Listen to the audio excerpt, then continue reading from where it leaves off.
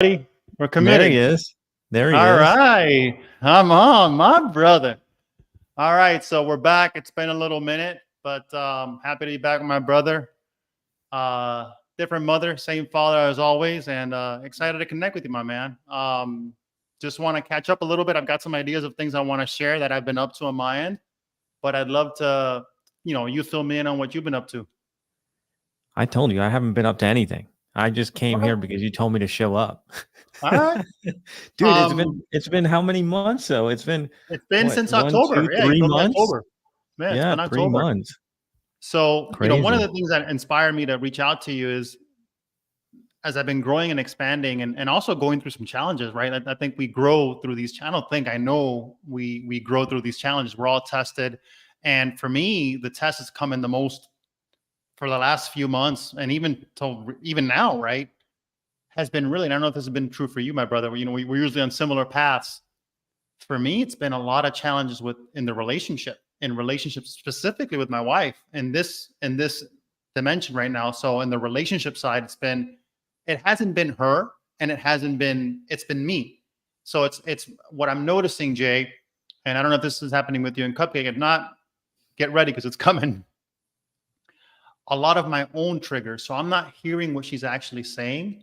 I'm hearing my trigger. And when she's talking to me, it's triggering my own stuff. And then I respond from that, my brother, from those same triggers back to her. So I project that in me, which is hurt, back to her. So I'm not really hearing her. And she's not really hearing me. Give me an example. Give you an example. She doesn't feel supported. Hey, I don't feel supported by you. I don't feel like, you're doing things around the house. What do you hear? What do I hear? I'm not doing enough. I'm not doing enough. And then and then at some level, I'm not enough because I've got some issues around me not doing enough. And then I'm like, dude, what do you mean you're not supported? Just yesterday you had a flat tire. I stopped what I was doing, found someone to fix the flat tire and did all that stuff for you. What do you mean you're not supported? But it's how she has a trigger around not being supported and having to take on too much. So she's speaking out of her trigger. That back and forth, right? So yes. You're bouncing. Yes. And not only, brother, we're not hearing each other. We're speaking past each other. We're throwing darts at each other. And we're like, so any conversation hurts. It's almost like you've got a wound on your arm and anything that even mentions it. So we saw some therapy and dude, it was really helpful to just like, well, hold on. What in me is being triggered? Like, stop. Like if you're both triggered, like have a safe word, right? Whatever that is. And we're just starting to practice that now. Like if you're getting triggered, JR, you know what that is. You've been with Cupcake long enough and you know when it's something that she's doing that's triggering you or it's your own trigger. Dude, stop right there. Because otherwise, you're going to get to what kind of one of the therapists and one of the coaches I'm working with calls the old dance steps. You get into the old dance steps with it. She says this and then you say that. Come on, everybody knows the Salsa merengue steps. You're like, I'm not speaking. Like anyone who's successful and has an entrepreneurial drive and is married and has kids has these issues. Now they're not very talked about because a lot of people like that kind of like, hey, everything's fine and hey, let's flex on the gram. But that doesn't serve my community. My community is served by, look, what are real tools we can use and that they're not alone. Because a lot of times, man, and I've felt this, and even though I've got guys like you and Raul and a few other guys I can turn to, like, hey, yo, I'm struggling, man. I need some help. And anyone listening to this, that's one of my guys. If you ever need anyone, dude, reach out to me. Because I know when you get in that hole, it's just your own head and you're looping. So feel free to reach out to me or JR or anyone. Because you got people here that support you. At the same time, a lot of it's back to you. It's your own trigger that you want to sit with it ultimately and say, like, dude, what's really up here? Like, what is really being triggered? And we all have that, JR. Usually it's from like us being little kids or little boys and something you didn't get from your mom or your dad. Like we all have those. And then what happens is our spouse serves like our best personal development tool, almost like a mirror, JR. So they're going to put that right up for you. Boom. But you don't want to look at that. So you speak past each other. And now what her and I are trying to do or working on doing it together is making it a game and making it a rule where we don't speak to each other out of a trigger. We don't speak to each other, Jay. This was really good when the therapist said it yesterday. Dude, we don't speak to each other out of our traumas. We speak to each other out of our divinity. Because Jay, you and her are divine, but you can't speak to each other out of human trauma. You get me? Because all you now out of the human trauma, all you both are going to do is hurt each other. Because you're hurt already and she's hurt already. And then it just gets, and then you're back in the same old dance steps and no one grows, no one evolves. Here's the beautiful thing about the pain. It'll get so bad with us. It got so bad that now we're actually excited about a new step, because the old way hurt so much that we can't go back in the old way. Before we used to kind of like skirt around it or dance around it and we could deal with it. But it's gotten so bad where we just can't have regular even communication hurts. So it's like, okay, well, this is good in the sense that that pain is not creating us to find a new solution and forces us to go back into ourselves and heal that trauma, and then speak out of your divinity. And sure, you can share that trauma with Cupcake, but don't share it with her when she's in trauma. You know what I mean? And somebody else who triggers a lot of this stuff is our parents. Our parents, or maybe her parents, they'll trigger a lot of that stuff in you. And a lot of it isn't my wife's mom, isn't my mom. It's my own shit about that I'm not willing to go look at and own, because the perception of the pain is so bad. Are you with me, Jay, or am I just like too out there, bro? I think no. Okay. I'm following you. And so a couple things, because this is one of my great regrets in our sessions that we have recorded. There was one session where I talked about, let's just try to get rid of suffering. And this is something that I've come to grips with since the last time we recorded one of these, is we need that suffering. We're supposed to suffer, because the suffering is what causes us to grow and learn, and it fortifies us. So I want to get on the record saying that suffering is required for this life, and Jesus is a perfect example of that, isn't he? And I am with you, and I will give credit to Cupcake, because she started way before me, because I'm an immature little snot-nosed brat sometimes. Me too, and bro. She Me put too. up with me. But she would always, in the arguments, and I think we've talked about this before, is boom, shuts down and walks away. She shuts down and walks away so that we're not spitting that venom at each other. So she put the defense mechanism in a long time ago with the gap. And then she will come back later and explain to me, I am mad because of this, this, and this. And I get it. And so that way, and I'm like, sometimes I still want to be a brat or being, just be me. And now I'm doing better, because she takes that step. She goes and explains to me, well, now we can resolve something, because we know what it is that we're trying to resolve. And so we've actually have already been through that a while ago. And it was really, really bad. I mean, years ago when I first did 75 hard, and I didn't appreciate like that she was cooking keto meals for me, and that she was dancing around my workout routine and all that. I never appreciated her doing that. So we went through all that, Ray, like when you first met me, like so hard, so far down. And that's where we started building up our communication. So that was years ago, 4 or 5 years ago, that we already went through that. And she started developing these new tools.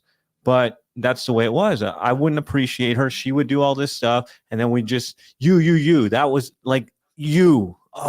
You. Yeah. And just, that when that you do this, you. And it burns, right? Or the worst is like, you always, or you never. Always. Oh, dude, those are brutal. Yeah. Yeah, but I get it. So we have that pattern now. We're in a different place, because we have been down that road now, where I feel we're a little more in sync. And I think a lot of that has to go back to, we're both growing in faith together. And so our minds are just in different places. And I am doing a lot of work to try to be better, because I am so far, I'm a sinner. Yeah. I mess up. I'm a child. I'm immature, and I'm trying to work on that, because I think she deserves better, and she's given me an example. And so I learned from her example, and I grow, and I got to take it to the next level so we can keep uplifting one another. I love that, because house divided falls on itself. Like if one is doing the work and the other one isn't, it's both. And when you're in a relationship like the ones JR and I are in, where it's a spiritual relationship, and what I mean by that is both people are looking to make each other better. Now, no one isn't forcing the one to be better. It's just, that's the nature of the relationship, is to grow and expand in faith and growth and in being a better parent and being a better partner. those are relationships. I was on a call with someone earlier today, and he goes, Ray, I wish my wife got this. And I was like, man, be careful what you wish for, my brother. Be careful what you wish for, because, for me, it's the only way to go, right? For me, I want this. I chose this. I couldn't be in another relationship that didn't expose me and didn't cause me to grow and didn't kind of like, I feel like the oyster, Jay, when the oyster gets a little bit of sand and it grates inside, and it's actually the muscle of him like fighting the thing that creates the pearl. Well, for me, I want to be pearling. Like I'm committed to like growing and expanding, which is the purpose of this call and why I love you, my brother. But I can see that relationship isn't for everybody. Not everybody wants that level of friction, because it is friction. And in that friction, you grow. It's not bad friction. Like it's just, first, let me commend you on that. The fact that you made the spiritual step of seeing suffering as a way to grow, it is the way to grow. I mean, how do you have night without the daylight, right? It's not like it's a polar opposite. Like if you can get the message from that suffering, and it can cause expansion. It's kind of like, look at this oyster. You create the pearl. You put a little bit of work, you callous your hands, and not callous in a bad way. It's just you keep doing the work, you keep showing up. So for some people, that's the pearl life or the callous life is a life where you grow and expand. There might be some more graceful ways to do it where you suffer less, but I think it's part of the path of growing. Let me rephrase that. I know it's part of the path of true spiritual growth. Yeah, I don't think you can. I just don't think it's possible. It's like the crucible of pain, right? It's the fire. It's the fire that forms you and hardens you. And so I now look at suffering, and I'm a Catholic, so we're supposed to be loving suffering, right? But now I am learning to embrace it and welcome it as a part of life, because I wouldn't be where I am today, and if it wasn't for all the bad times that brought me home, taught me lessons, made me pay attention. Yeah. Yeah. And you end up, I talked to a few guys at the gym here and there, and they're like, when they're starting out in their journey, they're like, man, this is like suffering. This is painful in the beginning. Yeah. But once you enjoy it, like I go in there smiling, like this is what we do now. Like it's not so over time. It doesn't have to be that suffering. Over time, you learn to enjoy the process, and you see it for what it is. It's an opportunity to grow, right? Suffering is an opportunity to grow, and it too will pass, right? This idea, this too shall pass. Suffering isn't forever, but sometimes we think it is. You know what I mean? So we get caught up in this idea that you know what I mean, Jay. You've been there. The pain's never going to go away, and you talk to yourself in that way. But this too shall pass. Only your soul is permanent. Only the spirit of you is permanent. Everything else is temporary. That's the gift, man. And I think that's what people. So one of the things I've been working on is an internal perspective, and this is going to sound weird, but somebody asked me like, "What are you working on? What's your goal?" And I told them to die well, right? To die well, to know that I did everything I could do here so that I could have that eternal life in heaven. And that's what I think makes the difference, because when we're here, this is a short life. We're humans. And like you said, it seems like it's going to last forever, but we know from experience that every bit of suffering we've been through comes to an end at some point.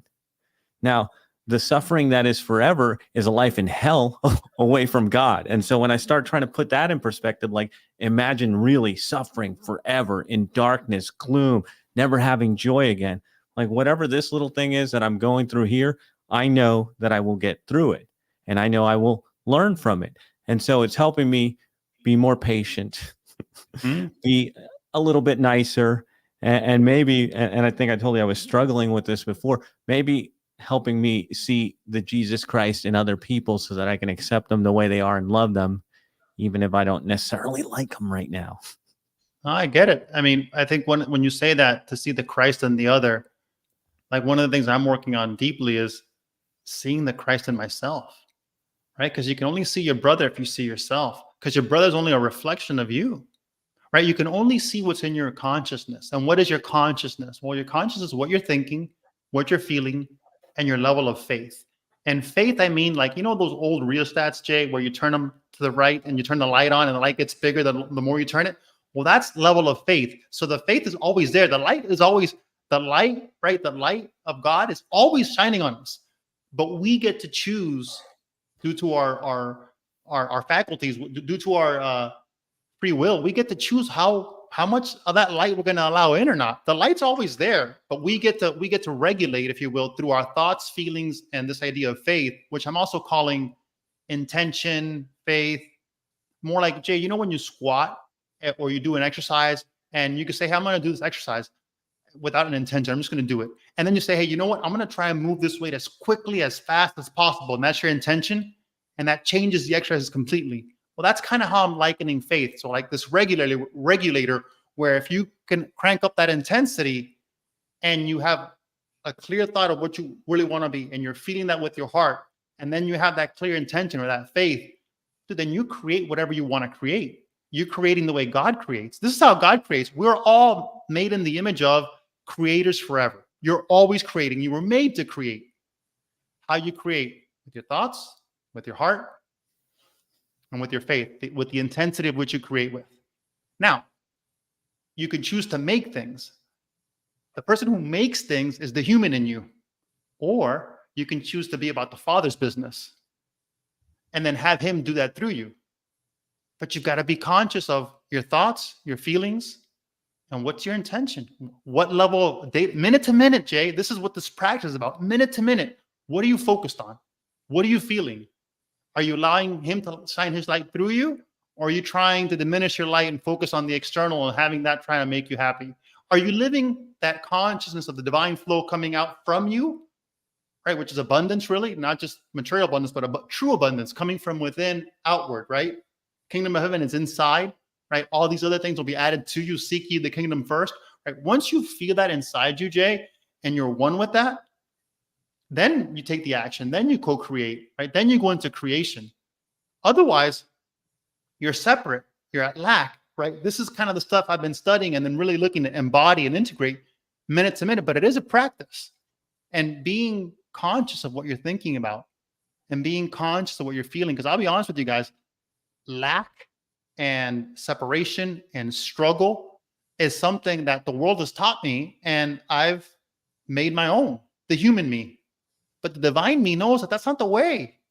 It knows that there's no security in your 401k. There's no security in your investments. There's no safety out there. The safety is inside. The safety is in the kingdom of heaven. The safety is as you're dwelling in the secret place of the Most High, right? And the shadow of the Almighty, there's your safety. If you start with that consciousness, that you're one with infinite substance, that infinite abundance is yours already, and then you make investments from that place, way different.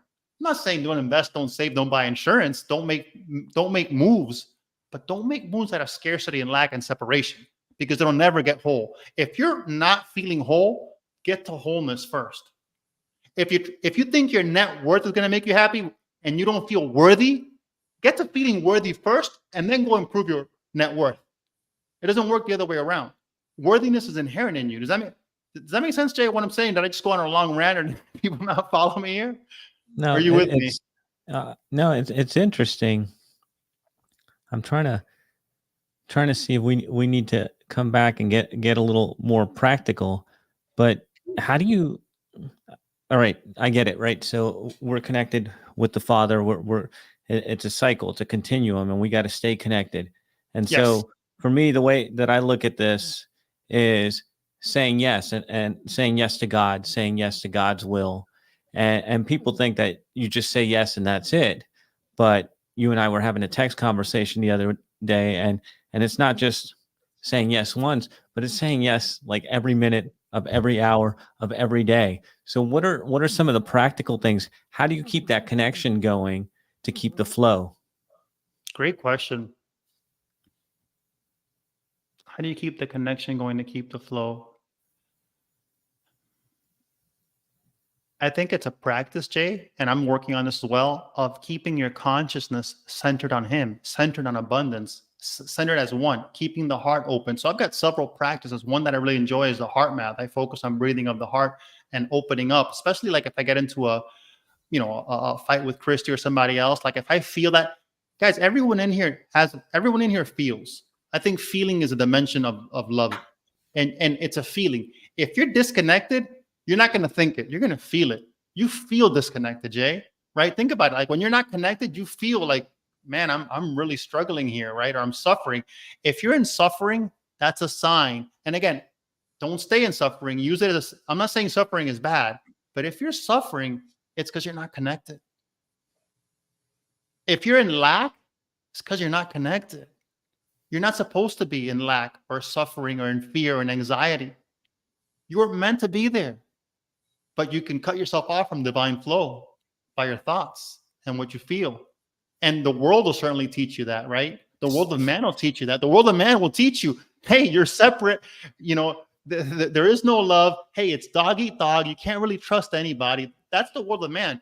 But the universe of God is abundance.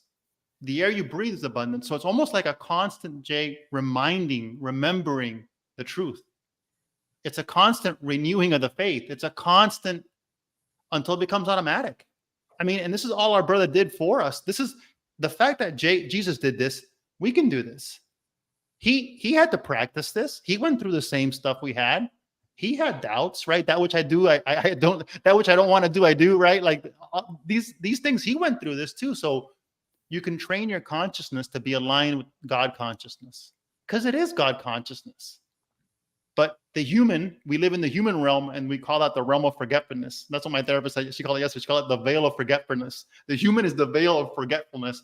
And I'm going, if you forget, yeah, you forget for that minute or two. So I think it's a practice, Jay. This is not a science. This is a practice. This is an art. As the more you practice coming back to yourself. So I like what you said, Dave. I want to die well.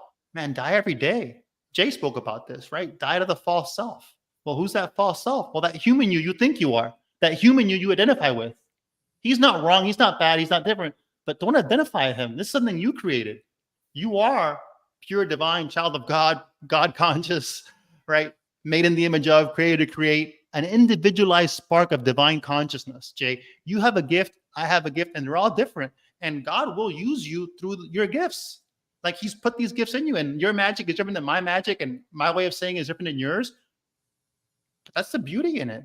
When you allow that light to shine versus the human darkness, right? And you live out of your divinity versus your humanness. It's really a constant retraining the mind to remember that you are who you really are. And we forget. And if you're like me, I forget all the time. Alzheimer's. I probably spend the majority of the day forgetting who I am. Where'd he go? I don't know. And then it's like lunch. He's gone. He's not here. He's here, but he's somewhere else, right? So, but it's a practice, guys. Out to lunch. That so interestingly enough, like we said, it was October when we spoke, and I think I did a silent retreat in the beginning of December, and I had this moment, and I want to connect a couple dots here. Because we're talking about that struggle of seeing Christ in that your neighbor, your brothers, your sisters, and I still have it. Let's not play around, but I'm getting better at it. But I went to this silent retreat. I love the authenticity, my brother. I do. I love the authenticity, man. One of the things I love about you. Yeah. So I was, I felt good. You and I were talking a lot at that time, and I felt good in my spiritual life, my faith life, fitness, all that. Family was good. And they had this thing, and I just couldn't understand why I didn't like it. It was a presentation on like the Eucharist and like a bleeding Eucharist and all these weird things that people will go venerate and like go to see, like the veil of Christ and all the stuff, those idols, right? And I was struggling. I didn't want anything to do with it, frankly. And I'm like, I don't know why I feel this way. And I went and talked to a priest. They gave us some time, and we could either go to confession or talk to a priest about whatever was on our mind privately. And like I said, I thought I was good in my faith. I thought I was doing awesome. And he asked me a question that kind of knocked me on my butt. And it was simple. How's your relationship with Christ? And I'm like, well, I pray to God the Father daily. I do a rosary daily. I don't know. I'm not sure. I'm not sure I'm talking to Jesus at all. And we're Christians, right? Yeah. And I'm like, holy cow, this is the resistance I'm hitting. And it opened up my eyes to realize, how could I see the Christ in anybody else if I myself, which is something that you just said, I myself was not connected to Christ the way I should be. And it opened my eyes. And then right after that, we have something that we do called adoration. And they have the host there, and you go and you sit for an hour, presence of Christ. And Christ spoke to me. You guys are going to think I'm nuts. That's fine. He's like, hey, buddy, what about me? He's like, dude, you're talking to everybody else. What about me? And I was like, wow, all this time I thought I was a good Christian. No wonder I haven't had the relationship. And that's what I've been figuring out. So it's been making it a whole lot easier now that I can feel him connected in me to connect in him in other people. But it wasn't until that moment where the glaringly obvious was pointed out to me that I realized, oops, I've been missing the Christ in my Christianity. 100%. I'm a lot like you, man. I need that spiritual brick to hit me in the head. I'm like, hey, Dodo, like it took me a little bit to connect with Christ like that. And the Christ in you, the child of God in you, will connect with him like immediately. As soon as you go there, as soon as you open up the heart, he'll meet you there every time. Like if you set that intention in your prayer or meditation and you be still and you wait, be still and know I am, dude, he'll come meet you there every time. And you feel it. Like, okay, this is real. And at least for me, he kind of like says things. He says things in a way where it's him. Like you just kind of like know, like the way things are said or like the insight. It's something it's something the Ray of me would never say. It's like it'll say like in an obvious way. Look, here it is, right? Like, so I've had that experience as well, and I could definitely be more intentional about connecting to that Christ within me, and also again recognizing the Christ of you. So what I'm saying is, yes, there's our Christ, our brother, right? Jesus Christ, that person. But also there's the Christ in us, which I'm calling the divine in us, which I'm calling the universal spirit in us. That the child of God, the Christ in us already. We are that. We are divine, right? All that he can do, we can do and more. He said that. I didn't say that. He said that. All these things and more you shall do. I didn't say that. And I don't roll like that with the Bible. Like I read it. It's a great book. But I read a lot of shit. But I know his language. Now that guy, like I don't just read the Bible. I read all his works. And most of all, when I read a work, I try and connect with him personally and say, hey, can you verify what you mean by this, man? Because I'm like struggling here. And I'll ask that question. I'll go to prayer meditation and say, look, man, my father and I are one. What did you mean by that? Like, help me. Because that's a strong statement you just made. Like these sacred texts, like my father and I are one. I'll ask the question and I get multiple meanings different times depending on what it needs. This is why he spoke in parable. Things can mean different things when you're at different stages in your life. Have you noticed that? Have you read different things? You're like, oh wow, I didn't catch that. Well, because you weren't ready for that. You know what I mean? So yeah, I think Jesus is my favorite teacher by far.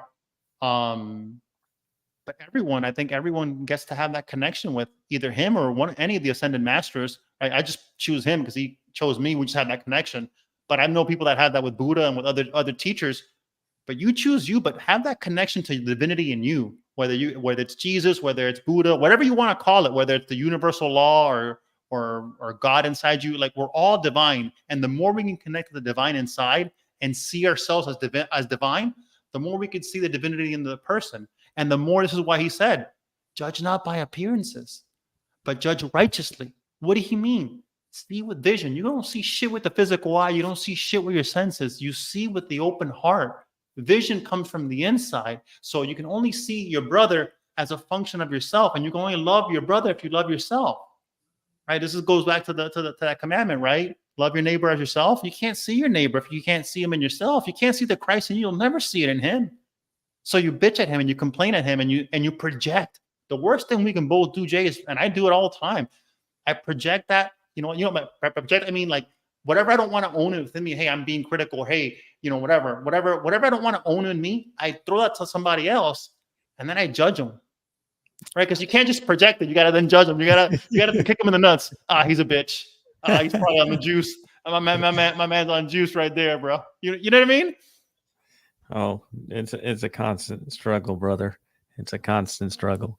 To add on to what you said about keeping the flow, I have had to, in order to stay connected, bro. I'm praying like 5 or 6 times a day now, and awesome. It's because I fall off and do exactly that, and then I catch myself, and I'm like, man, I really shouldn't have done that. Shouldn't have said that. Shouldn't have thought that. Why am I doing that? It's been a little bit too long since my last prayer, because if I could just keep those prayers close enough, I stay a little bit more zen and more calm. But I notice that the only way for me to keep my gaze on him by I have to do it, man. I'm a lowly sinning human, and I have to keep on like, oh man, I'm sorry. Connect. Whatever the prayer is, whatever the reading is, whatever I'm listening to is like, I keep myself connected all day, to the point, dude, I'm not even listening to audiobooks hardly anymore. It's like prayers, meditations, all that stuff, because I know, man, I slip right away.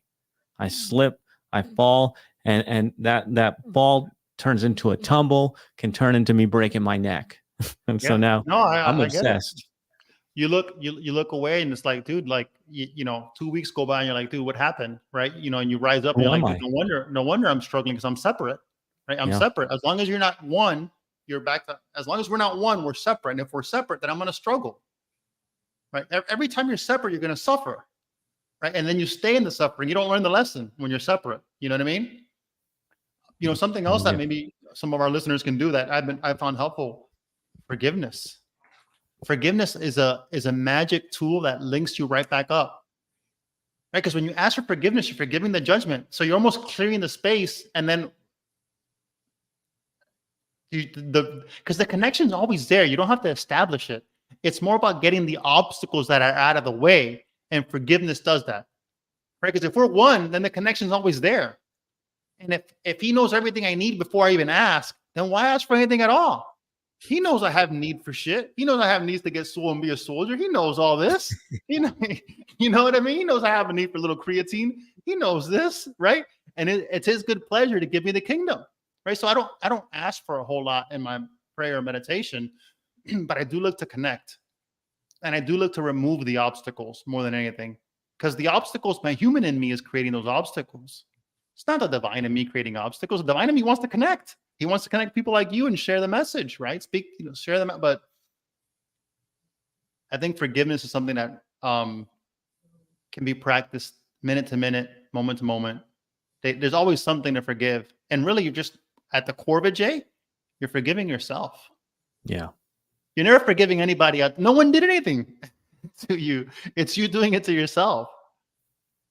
You know what I mean?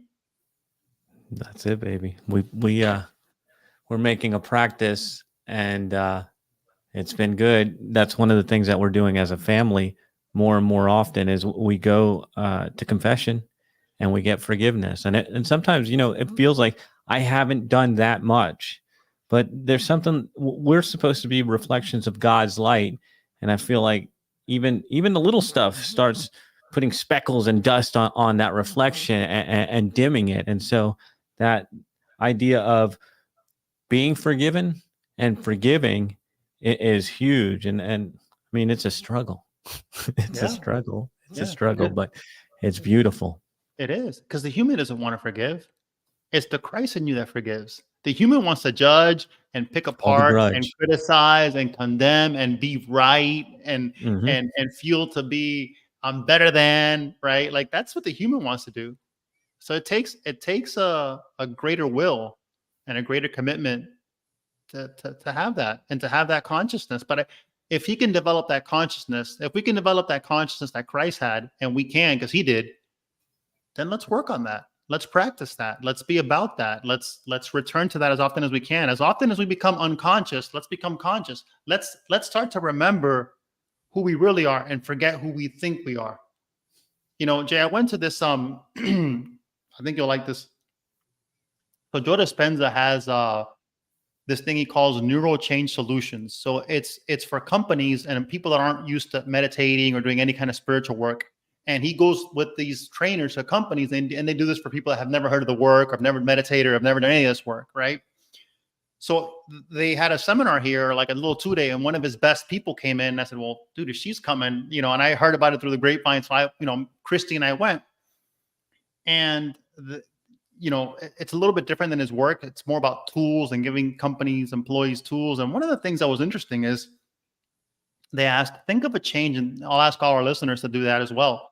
Think of a change, Jay, in your life that you made and you made successfully. That was a big change for you, but you actually made it. Hey, you know what? I'm going to make this change, and you were happy. And you thought about it, bro? Yeah. You thought you got the change? Okay. What I found is when they asked everyone in the room, myself included, when they made the change, it was, for most people, maybe for, you know, for Jefferson, it might be different, but for most people, it was painful in the past, it was painful in the present, and it was painful in the future. And they had no other choice but to change because it was so painful, and they were happy that they changed. But pain really drove the change. Is that true for you? And now I thought about multiple different ones as you were saying that, but yeah. Sure. So, and again, it's not right or wrong, but this idea of suffering, Jay, leads to growth, right? So now, then they ask the question, well, think about a change you didn't make, a change that you want to make, because you know consciously, hey, you know what, if I ate a little better, or if I, you know, if I took care of this thing over here, or if I just saved a little bit more money, or whatever I did, think of a change that you know you should make, right? Because you know it's in your highest good and it feels good when you do some of it, but you haven't made it that. You haven't fully committed to that new way of being or that new person. So think of that change, or of the change that you want to make, right? Hey, the person I want to be, but there's a gap from who I'm currently being to who I want to be. Do you have that one? Everyone has that in some area of their life. Yeah. Yeah, you have that one? And Jay, correct me if I'm wrong, most people in the room know the cost. They know, hey, you know what? I know what I could get if I changed, and I know what not changing is costing me, right? I know what not going on the walk is costing me. And I know what that is, right? Would you say you know that? You know the cost of not changing? Absolutely. Yeah, everyone knows that. Here's what was a good question that they asked, and you have to journal it out and go deep. You know, pray on it, meditate with it, and journal it out, I would suggest. What benefit is not changing giving you? Comfort. At some level, yeah, no, you're right on, bro. At some level, everyone in the room who hadn't made a change, meaning they haven't, and to change means to become a new person, right? Because once you change, you really change your personality. You become the fit JR doesn't drink. He doesn't even think about drinking, right? So it's a new personality. So what happens is most of us, out of some kind of comfort or self-preservation, some benefit we're getting that's usually subconscious. So you have to journal it out. It's in there. You'll get to it, but it's not the top of the, it's not like right on the, right? Because otherwise you'd have made the change. And it's actually comforting in that it keeps you where you're at, right? Yeah. Homeostasis. And now let me speak a little bit on comfort, what I learned about comfort throughout that event. And I'm trying to be wordy, but there's comfort and then there's familiar. It's not really comfortable because you wouldn't want to change it if it was comfortable. It's just familiar. You're just used to it. It's a double you know versus a double you don't. You know what I mean? So this idea of that we'll choose warm beer and cold pizza because it's familiar, but not because it's comfortable. It's not comfortable. It's just familiar, right? So I noticed that when I put the word familiar on it, it feels like I have a little bit more power, and I have a little more, not just power, but dude, I'm just making an old choice because I'm comfortable and I'm familiar with that choice, but it's not that comfortable. Like, let's be honest, it's not that comfortable to make that choice. So if I can add a little bit of pain to that and say it's not that comfortable, so I find that more often than not, I'll make the new choice that usually is unfamiliar versus calling the new choice uncomfortable. The new choice may be uncomfortable, but more often than not, it's unfamiliar. And it should be unfamiliar. The fact that it's unfamiliar means that you're now using that suffering to create change. What are your thoughts, Jay? Yeah. I'm running out of excuses. Yeah, and it's about like getting leverage on ourselves to change, right? Because change is not it's a process. It's an art. It's not, sometimes you're gonna take 2 steps forward, 1 step back, but your commitment to it and creating that new personality, like being. So one of the things now I do in my meditation, specifically in the morning, that's been helpful, is I will actually mentally rehearse who I want to be. Right. So let's say it's an area of life. Let's be more tangible. Scarcity and lack. Right. There's things about me: scarcity, lack, anxiety, these kind of things that I don't really enjoy. And okay, cool. Well, that's not. I journal on that. That's not who I want to be. Well, who do I want to be? I want to be trusting. I want to be connected to God. I want to have that flow of infinite consciousness and divine mind in me flow out through me, and trust that He's going to take care of everything before me. And then operate and do stuff out of that consciousness, out of trusting, out of being more trusting, being more abundant, being more open, keeping the heart open versus closing. So I will actually sit and mentally rehearse, what would that person do? What would that person feel like? And I'll rehearse the old person. So I'm teaching my body how this new person behaves, so that when the time comes and I can make an old choice that's familiar, I tend more often, the more I practice, to make the new choice. So I'm conditioning my body, much like a workout. Hey, but I can do it in the mind. I'm conditioning my body. When this event comes, hey, it's after lunch and you're disconnected, you're caught up in your humanness and your things. Oh, we connect back right there. Hey, we stop and we connect back. We open up the heart for a second and connect back to the divine in us and connect to abundance. And then we move forward.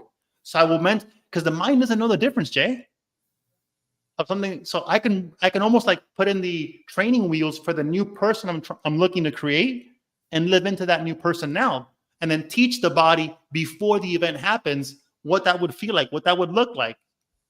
And if I find that it makes it easier, I have like the little pathways to there versus creating it on the fly. And creating on the fly, you go unconscious. It doesn't happen. You with me? Yeah, you can't repeat it. Well, yeah, you're just talking old school stuff, visualizing. We were all taught that, right? I'm calling it mentally rehearse. Yes, I'm calling visualizing yourself doing it. But in that moment, not visualizing like one day I'm driving my Ferrari. I don't give a shit about material things. like those are added things. Let me rephrase that. I do care about those things, but I'm not focused on those things.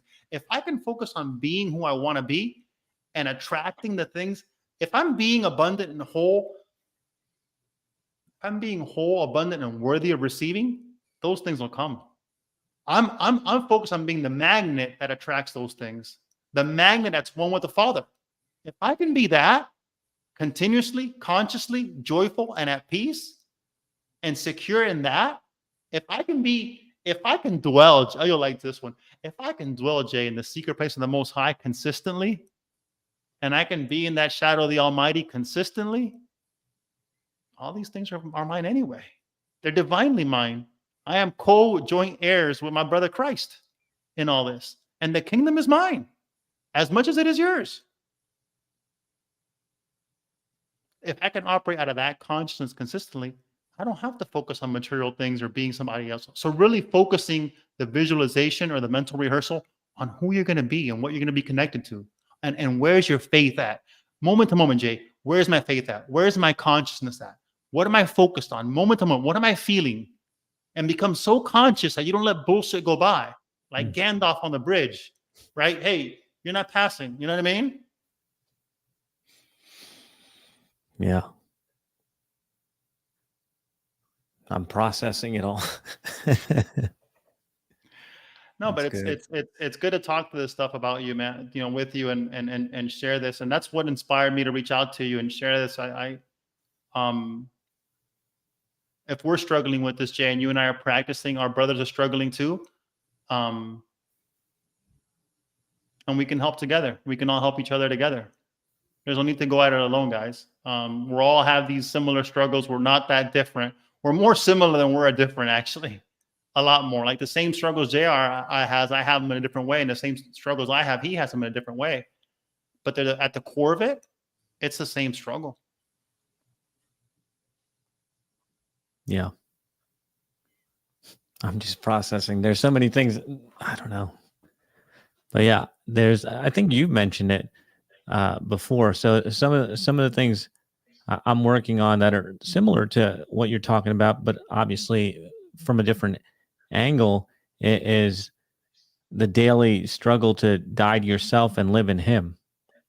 And that's one of the things that's giving me more peace now.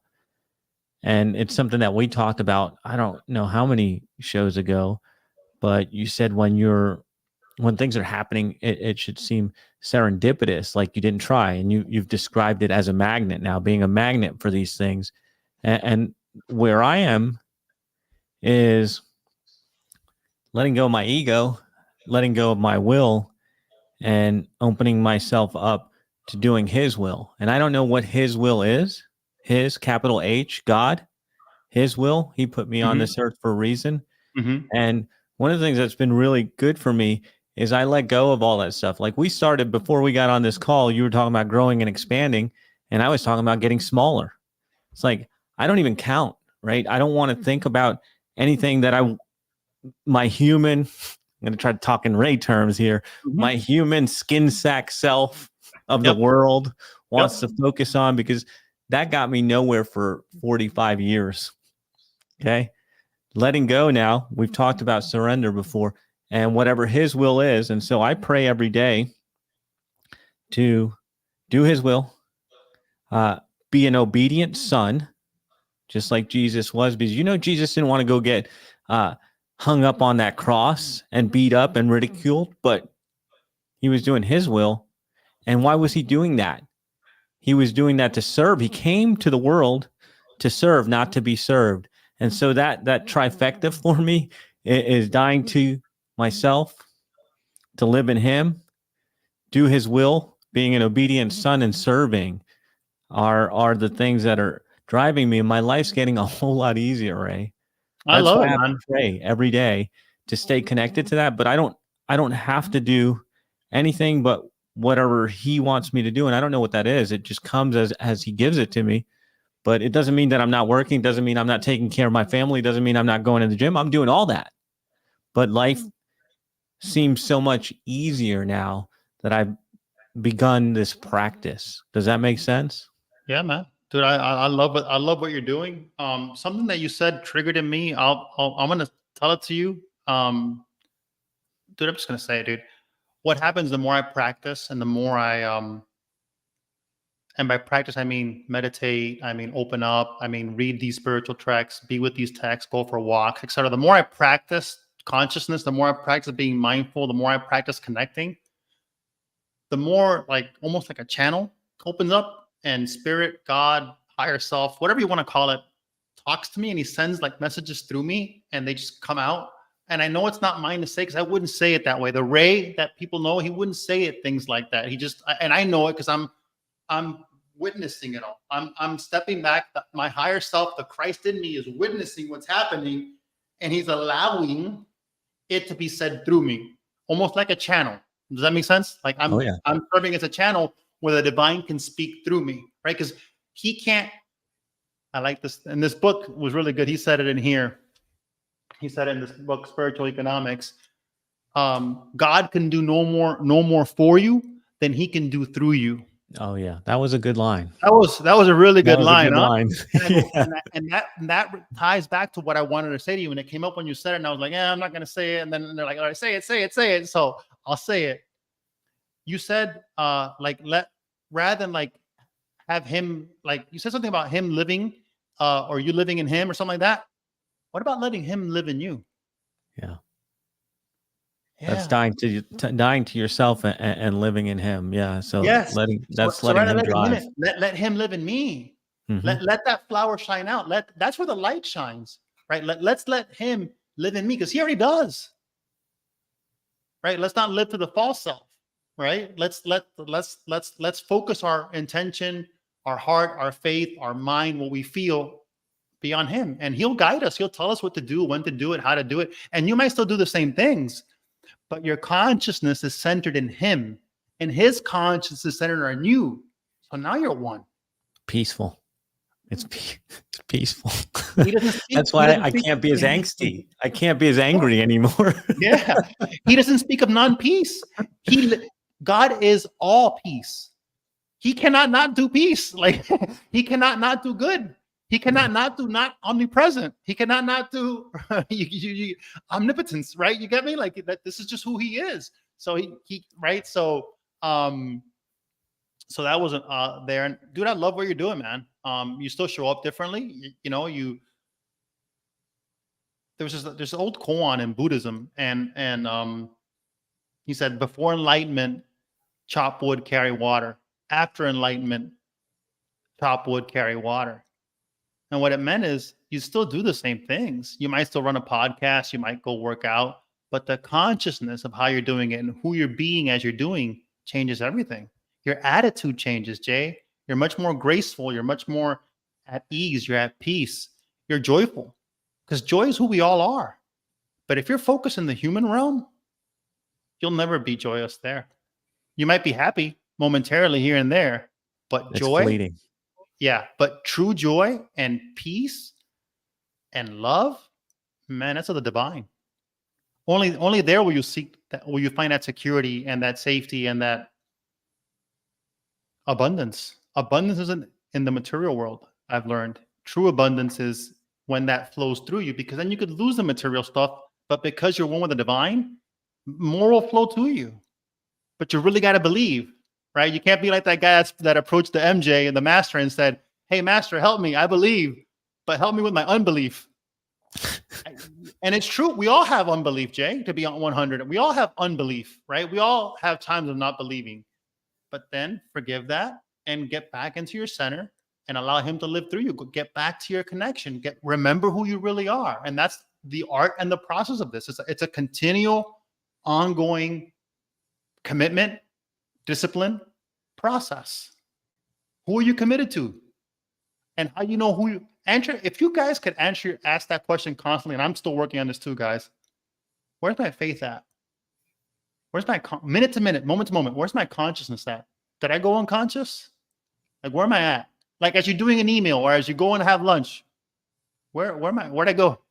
And like, you'll see it. If you ask the question, sometimes you're like, I'm in like fear land. Oops. I don't know if that happened to you. But how you will know is you went unconscious and you're like, you went somewhere else, and now you're separate, and now you're suffering, and now you're in worry, and now you're in fear, now you're in anxiety.